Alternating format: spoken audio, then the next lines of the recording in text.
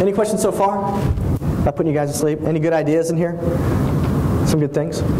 Yeah. Jeff, are you using Spurt Up to use it strictly for coaching for golf, or brand, or is it strictly golf-based, or is it designed for any other types of business? Yeah, it's a good question. It's for any type of business. The whole brand started from the coaching perspective, because that's what I was doing. You know, a client of mine who was very successful in other businesses used to take golf lessons from a variety of different people across the country, and he was always impressed by how qualified coaches were, you know, how quickly they had their swings fixed and what the experience was like. But coming from a service-based industry, where he actually, you know, managed a multi-million-dollar company, he was always extremely underwhelmed by the presentation, so to speak, and the business acumen of people that were in my industry, the coaching industry. So we started sitting down and talking one day, and he said, wouldn't it be great if we could offer a service that provided X, Y, and Z? And of course, he saw some success in things that I was doing, so I was able to get more organized. We had, of course, this team we put together to help me take this thing to the next level. But now, where the company is, it's not just coaching, it's really website development for any industry. But we tried to create a target market, which was coaches first, and now we're branching out. So, you know, facility website development, absolutely, we do that. We have some people that are tennis pros at different resorts that have been connecting with us, some people that are non-golf industry or sports-based industry at all connecting with us. And you know, when you look at our stuff, we have a certain style. It's kind of like performance sports-based. If you go click to websites like TaylorMade and Nike Golf and Callaway, they kind of have a certain attitude behind them, which is exciting for us. But we create websites that, you know, fit exactly what the customer needs. You know, so if you're at a traditional golf club and you want something that's exactly the opposite of this, we'll create that as well. But the idea is being able to create a site that converts sales, and it all has to do with, you know, some of the things I talked about. Okay.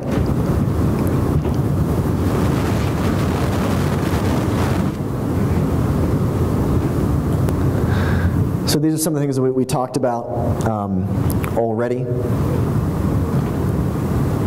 Talked a little bit about the social media.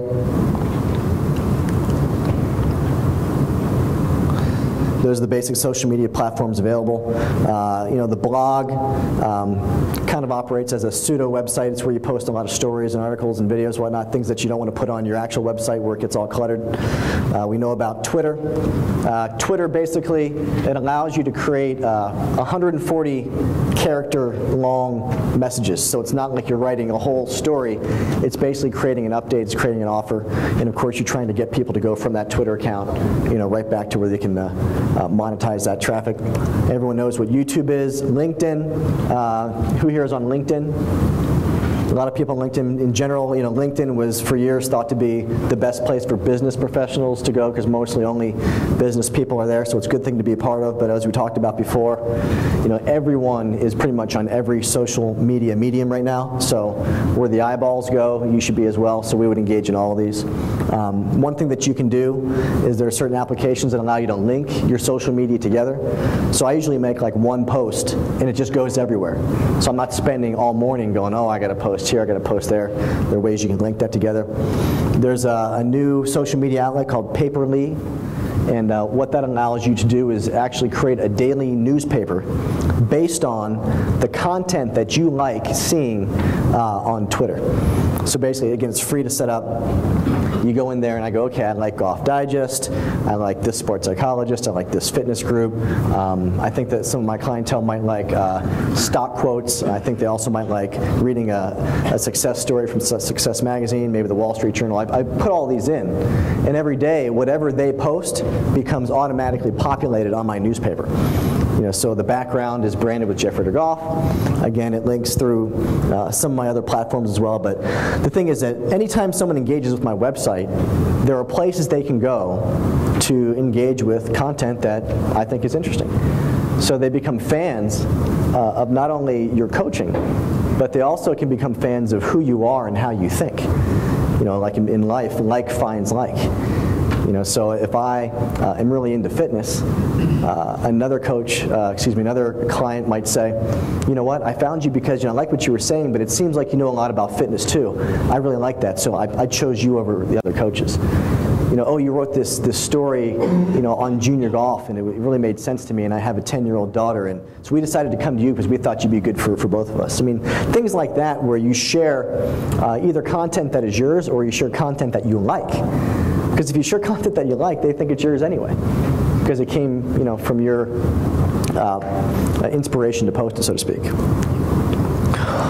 Okay, so this is what we're talking about in terms of what's out there, kind of what to do, what not to do. So we talked about clicking around the internet and being able to see sites that immediately create a sense of value and sites that don't. So here's someone that put together a golf blog. I hope it's no one's blog in this room.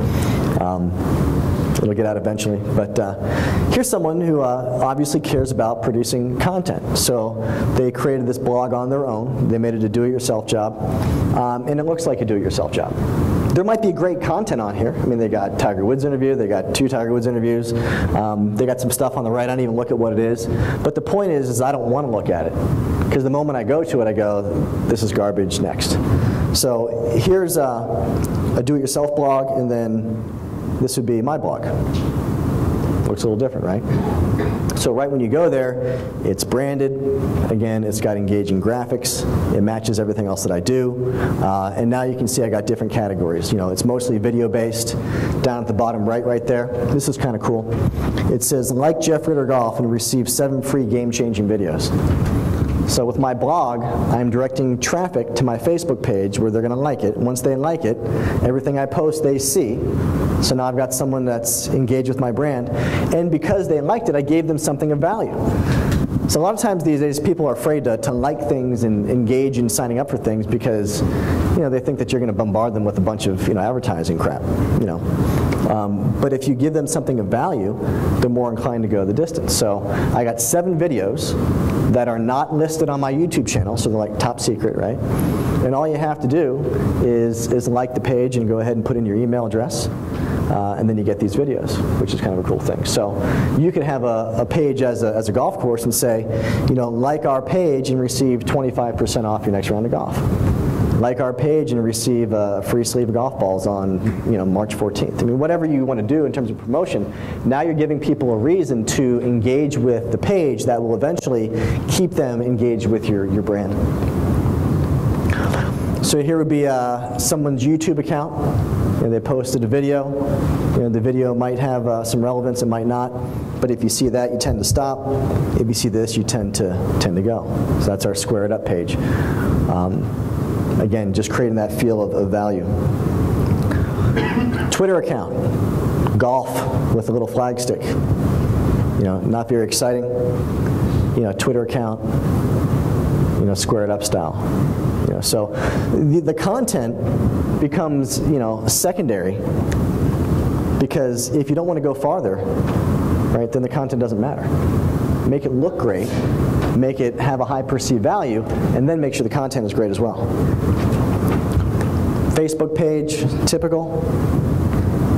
And then a Facebook page that's branded. So with Facebook, they don't let you really change the background a lot, which kind of stinks. But you can create these images on the left-hand side that create that branded effect and feel. In fact, if you go to our Square It Up YouTube channel, we actually have video tutorials that show you how to do all the stuff on your own. We got a bunch of videos in there. A lot of the stuff is do-it-yourself stuff. A lot of the stuff you probably want to engage some kind of a graphics team. But once you have, the branding mission, once you have the images and whatnot, and you know what you're trying to put together, some of the stuff you can do on your own.